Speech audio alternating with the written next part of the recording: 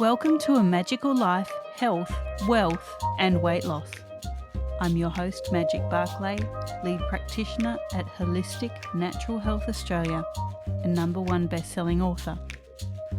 In this podcast, I aim to give you practical tips on how to accelerate and sustain your health, increase your financial, spiritual and emotional wealth, and to look at something that haunts many of us needlessly, weight loss.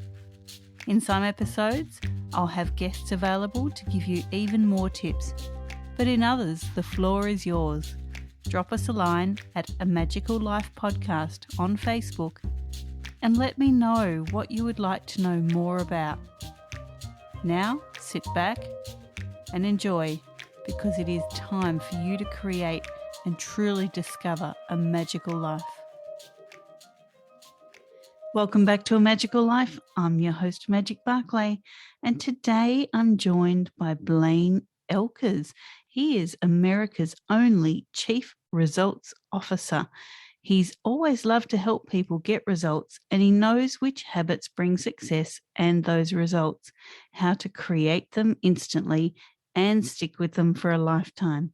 A leading authority in personal implementation and consistency, habit master with documented streak of 1,453 days in a row and counting, TEDx speaker with over 190,000 views, a LinkedIn top connector, lifetime work from home entrepreneur, and so much more. Welcome, Blaine.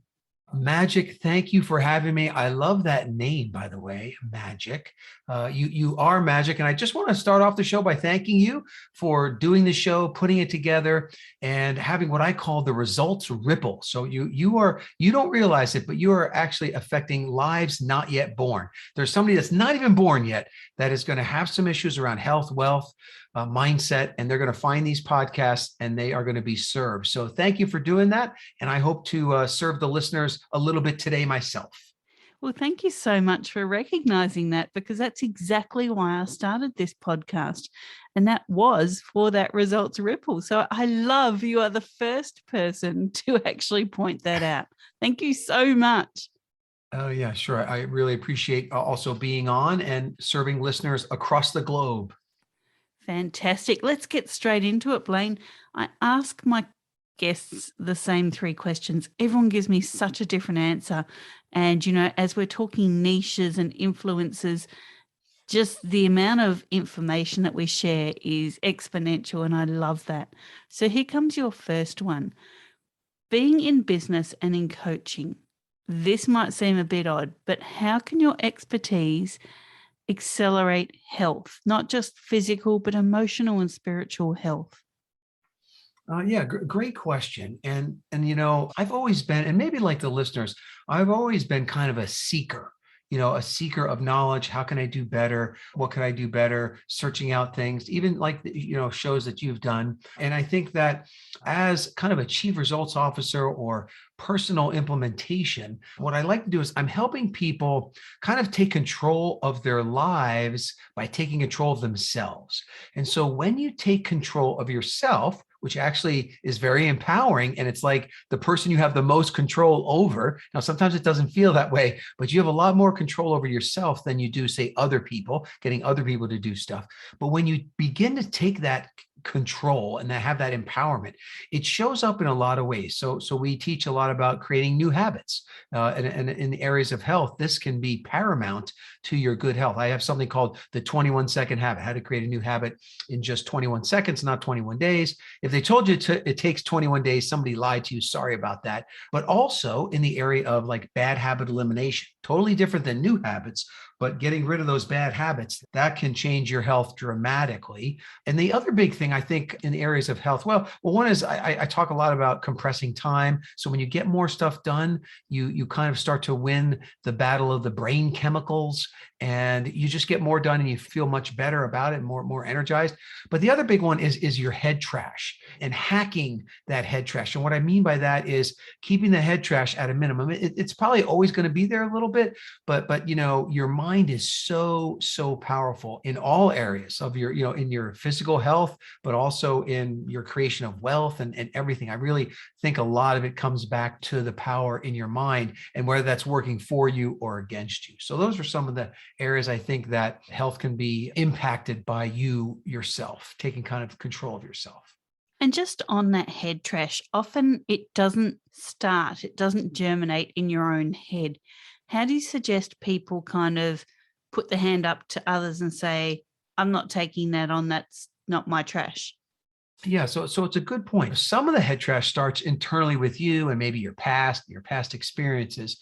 But like you said, a lot of it comes to you in many forms. So some of them are like news media, social media, things you see, things you hear, programs you watch, the news. And then some of it comes from, unfortunately, family and friends and other people. And sometimes it's conscious, like they kind of have it out for you, but most of the time it's unconscious. They don't even realize they're kind of doing it, but they're inflicting their trash on you. And so there's a number of different things that you can do. I like this saying, the solution to pollution is dilution. So the solution to pollution is dilution. And if you remember back to science class, you have the beaker of, let's say, a dark liquid, and they start to add water, clear liquid, to the dark liquid. And as you put more water in, it starts to go from dark to gray to light. And if you put enough water in there, it'll go back to being clear. And it's the same thing with the head trash, is the solution to pollution is dilution. And that if, for example, if I'm around a negative person or family member or something like that, and they really piled the trash on for an hour, I know for me, I need 3 to 4 hours of positive stuff to pour in to kind of neutralize or dilute that down. Now, when I was younger, I needed like 10 hours of positive. I had to pour in 10 hours of positive for every hour of negative. But finding out what is that positive for you and then pouring that in, you kind of dilute out that negative stuff and the head trash. For me, it's been audio programs is probably my number one go-to thing. My mentor is this guy named Jim Rohn, and he has a program called The Power of Ambition. And I listened to that 50 times in a row one time during a hard period in my life. But pouring the positive in, that could be music, that could be even physically. There are some foods that have high frequency, high energy for you. And so all the different senses, you can pour in the positive and that kind of dilutes out that negative. So I think that's good. I also, me personally, I like to take a mind shower every day. So I talk about habits and I used the 21-second habit technique to make sure that every morning I take a mind shower. So people are used to a physical shower. You go in the shower, you wash yourself, you wash your body. But how often do you wash your mind out? So I use an app called Headspace. There's another app called Calm. There's a Christian app called Abide that sometimes I use. But in the morning, I like a 10-minute mind shower where I use some meditation and I really kind of clear out all the garbage of the last 24 hours and kind of get it out of there. And that's, I can feel it if I try to skip that shower. I can feel that later in the day. But there's a lot of thoughts that don't serve you from yourself and from other people. And it's important to kind of, just like you take out the trash, just like you wash your physical body, is to wash the mind out and pour in the positive. Wow, great answer. I was writing notes the whole time. I hope you were too, listeners. Now, we do talk about wealth here, and yes, part of that is wealth creation, the financial side of it, but also emotional wealth. What would be your top 3 tips to creating wealth? Yeah. So kind of on the emotional and the mindset, I think it all starts in the mind. And so one of the moments of dawning comprehension, kind of where the big aha moment for me, I had a couple of them, but one was in college. And I went to Purdue University in West Lafayette, Indiana.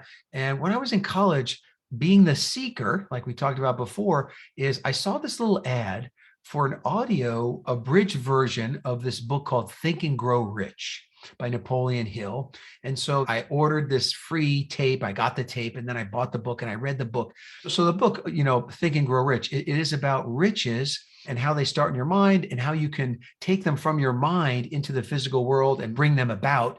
And it could be financial. So he talks about that, but he also talks about harmonious relationships, good health. And I realized then later I coined a phrase called YTABA. YTABA is an acronym for what you think about, you bring about. And so I really do feel that the wealth, whether it's emotional wealth or personal wealth, money wealth, finances, and all that, that it does really start in the mind. And everything has two creations. So everything first was created in somebody's mind, and then it was manifested or created in the real world. So like all the things around me right now, I have this nice blue Yeti mic, right? But the Yeti mic, before I bought it and had it shipped here to my home office, somebody had to think about that. It had to first appear in somebody's mind, and that was the first creation. And then the second creation is out in the physical world. So what you think about, you bring about. So you got to think about it, first of all, but then you bring it about. It's something that you take an active role in bringing about. So I think your own mind is a big one. And so when you make a decision can set your direction immediately.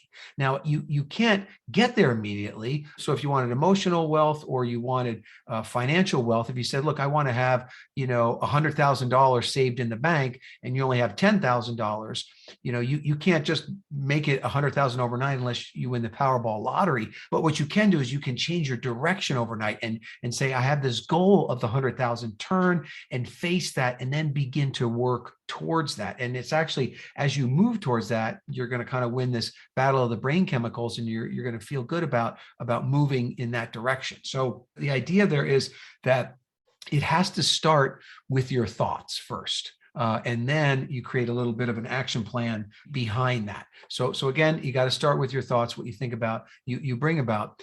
So that's one. I think it's that you start with the mindset. But then number two, for wealth creation, I call it filling the tub. And so most people can think of a big bathtub, and at the top is a big spigot and the water's flowing into the tub, and the water inside the tub, that's your current wealth, right? And maybe the tub is pretty full right now. Maybe it's not that full, but the tub has a spigot on the top putting the water in, and it has a drain on the bottom going out. And so your expenses, the thing that you spend money on, right, that is going out. Now, if you're spending more than you're taking in, then your tub is empty. Your tub is empty. And so if your tub is empty, what choices do you have, right? You have two choices, right? One is you can make the drain smaller, right? We call that cutting your burn rate. You can make the drain smaller and not spend as much. That's option one. Or option two is you can turn the spigot up higher if possible and have more money coming in. And so wealth building is where you are able to make the drain smaller. So you're looking for ways to make that smaller. Or two is, how do I bring more money into the tub, right? How do I increase the flow of water in? And I like the fill the tub because I'm a little bit of a spender, too much of a spender probably. So I like to create more and more ways of wealth, and the creation of wealth typically is value to the marketplace. So wherever you can add more value to the marketplace, typically you're going to be compensated for that. So I started some businesses and I looked for ways that I could add value to the marketplace, but also not have any daily operations, so that I was free to kind of build up more things. So I think thinking about the tub and thinking about how can you fill the tub, that's number one, or how could you cut your expenses down, right? So for example, we buy used cars and we pay them off quickly, right? Things like that. Where are there ways that you can kind of decrease that? And then the third thing, so your mindset, filling the tub, and the third thing would be your personal implementation. If you can win the day, we live our lives in days, right? And so if you can win the day, you will, more often than not, if you can win the day, then you will win the week, you'll win the month, the quarter, the year, and your life. So I like to say in the areas of wealth creation, whether it be emotional or financial, is that you need to do whatever you have to do to win the day, right? So just like the bathtub example, if you can make more money than you spend today, then you're going to be okay. The bathtub is filling up, right?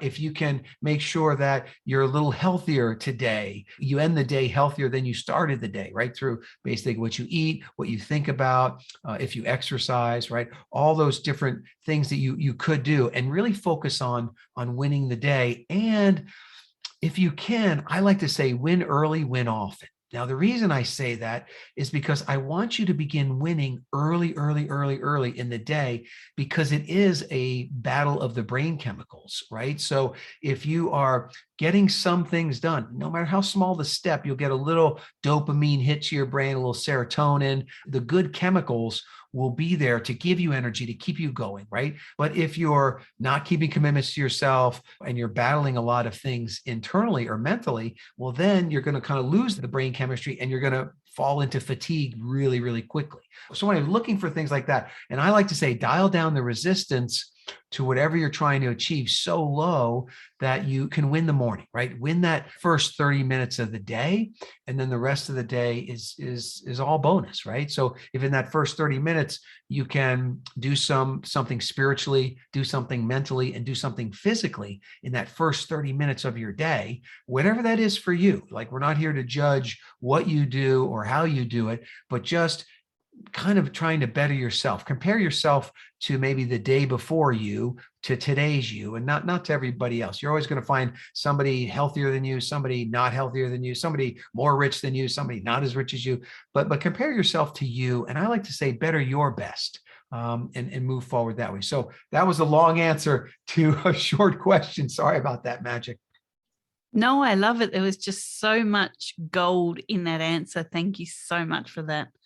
Now, we do talk about weight loss here. Many people battle with their weight quite needlessly, and we know that stress is a major factor in that weight journey. So, how do you suggest people keep their stress down? And have you got any tips for that weight loss journey? Yeah. So stress, there's a couple different types of stress. There is a stress that is physical in form, but it's the smallest amount percentage wise of the stress that you're feeling. But there's a physical stress that is there in all of our bodies to help us stay alive, right? So, if you step out into oncoming traffic by mistake and you hear the big truck horn, you need to get out of the way. You need to get out of the way fast. So there's a fear and a stress, and cortisol levels go through the ceiling because your body is trying to save your life. Okay. And so in that kind of stress, you want to be able to react quickly, and you want that physical reaction to happen. But that is a very small, maybe that is, 5% of the stress that you're feeling is that, where 95% of the stress and the fear that you're feeling is that it's a feeling. It's a feeling that is typically coming from your thoughts. And so just like your mind can work for you, your mind could also work against you. And so I think it's a tricky thing. Most stress and fear is somewhat self-inflicted. Now it could be, the circumstances that you're in are very dire and very difficult. But what happens is you need to make some decisions. And so worry and stress tend to be a form of indecision. And so I find when I'm stressed out that if I will make a decision about my stress and then do something, preferably something like physically go do something about it, that my worry and my stress levels come down fairly rapidly. And so when people are in overwhelm and they're stressed, I like to recommend a mind dump. So that's where you just get a piece of paper and a pen and you just start writing down what is circling around in your head, all your to-dos, all your feelings, what's bothering you, and get it out on paper. And if you're worried about somebody finding the paper, write it in code so they won't know what it is specifically, if you need to do that. But get it all out of your head. Now, when you do that mind dump, you might get more overwhelmed if you just let the mind dump sit there, but there's going to be somewhat of a release to get it down on paper. And then look over that, what I say, process the list and look at that mind dump list and rate things. Okay, do you have control or don't you? Right? So you rate it, I usually write the word control or no control. Now, it depends on what you're mind dumping. So sometimes you'll find the list either has a lot of things you don't have control over or a lot of things that you do have control over. And whichever is the lesser of that, that's the word I usually write. So I don't have to write the word as much. But do you have control over that or not? And then, is it something that you can do now? is it something that you could do, or could you take a step that is less than 5 minutes? So we put an N next to those for now. And then if something is important and it's going to take some time, we put an S for schedule. That means we're going to schedule that up in our life. And then D, we write for delegate. Is it something that I could delegate to somebody else? Maybe you're still going to do it, but it's delegatable. And then we use the letter L for later. And so later is just something that does not need to be done, let's say within the next week. Now, sometimes you might be doing this list just for today. So then you'd say, I'm going to do an L for everything that's not part of today. The idea is you'll have a lot of L's, a lot of laters, and that's good because then your stress level is going to come a little bit down and you go to work on some of the N's. Maybe you do 5, 6 of those N's and you start to gain a little momentum, You're starting to move forward. You're taking some action. You're also chunking down the big things that feel overwhelming, right? You got some big thing on there. Okay, well, what are the next couple of steps on that thing? Maybe it's schedule a meeting. Maybe it's send an email. Maybe it's schedule some time to really think through that one issue, right? Or maybe it's get some help from somebody as well. So doing that kind of mind up, processing the mind up, I think is super helpful as well to kind of lower those stress levels. And then it's what you're doing to win the day on a daily basis, like the mind shower. The mind shower helps with a lot of the head trash. Then exercise, walking, any kind of movement is good for the body, for weight loss, specifically, but moving the body is really good. And studying, like, what are the things that are going to help you with I don't even like it weight loss. I like to call it weight release. Like, I don't want to lose my weight because then I feel like I have to go find it, right? I like weight release, or I say, how many pounds do you want to release?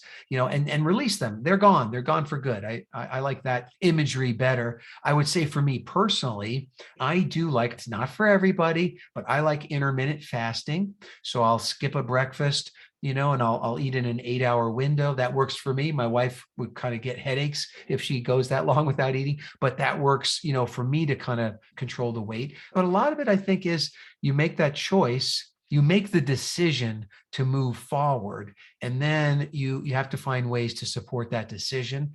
I also like what I call the vital victory. Like, could you have one big goal around your weight release? Could you have one big goal that if you achieve that, all the little goals are taken care of, right? It was like my daughter one time, she was graduating college and she said, Dad, I want to hike the Grand Canyon. I go, oh, that sounds cool. And she says, but I want to hike it in one day. I'm like, whoa, rim to rim in one day. That's 21 miles, 7 down, 7 across, 7 up. And she goes, yeah, I want to do that. And I said, oh, that's great. Enjoy it. And it's just, no, I want you to come with me as part of my graduation present. I'm like, oh, okay. So anyway, but that one, and I did it, I made it. I got to hike the most, I tell people, because I was in there the longest. But anyway, and she stayed with me. But for me to be able to do that accomplishment, I had to do all this training. I had to learn about what my body needs, because it was a whole day hike, and all my little health goals were met in that vital victory of making it on that hike, and the one big goal. I had to do a lot of training for that. So sometimes having one big goal is better than a lot of little ones, and that vital victory can really make the difference. 2 other things, though, in the area of weight release, and that is you have to get your mind on your side. And a lot of times your mind is not on your side. So I'm going to give you 2 things to get your mind back on your side. The first one is what I call yeah, but. And so you go around yeah, butting yourself, and then you'll start yeah, butting other people. And what I mean by that is when you have a negative thought, you just end it with yeah, but, so I can never lose the weight. And you're saying that to yourself. Yeah, but, and then wait for your mind to answer, because you've just flipped the switch, because your mind is kind of like Google. It has to answer the question. So, I can never lose weight. Yeah, but I'm going to start listening to that podcast by magic. Yeah, but I'm going to do some studying. Yeah, but I'm going to ask my friends who's lost weight. Yeah, but I'm going to exercise more. Yeah, but I'm going to start some 21-second habits. Your mind begins to give you answers if you'll sit with that silence just for a moment. So just think about that. Yeah, butting yourself. That's one. The other one is to use affirmations. Now, I don't know if you've ever heard of Noah St. John, but there's affirmations.